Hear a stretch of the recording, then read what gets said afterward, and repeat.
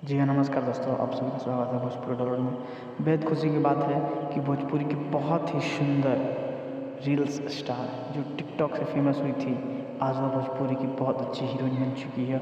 Actress शिल्पी राघवानी। शिल्पी राघवानी, हाँ सही सुन रहे हैं दोस्तों, शिल्पी राघवानी।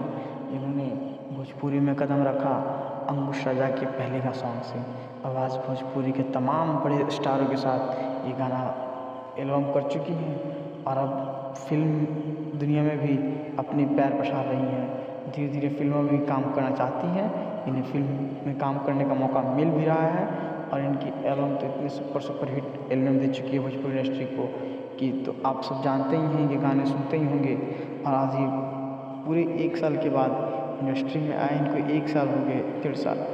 बेचारी इतने दिनों के बाद अपने जितने रुपये कमाई थी, इन्होंने बहुत ही सुंदर एक कार खरीदा है अपने लिए, जो कि खुद की कमाई का कार है। वो स्विफ्ट डिज़ायर खरीदी है, जो कि पटना, मुझे लगता है पटना ही से शायद खरीदी है स्विफ्ट डिज़ायर। देखिए कितनी खुश लग रही है, बेहद खुश नज़र आ रही है, बहुत खुश है, बहुत खुश है। देखिए इनकी खुशी का कोई ठिकाना नहीं है।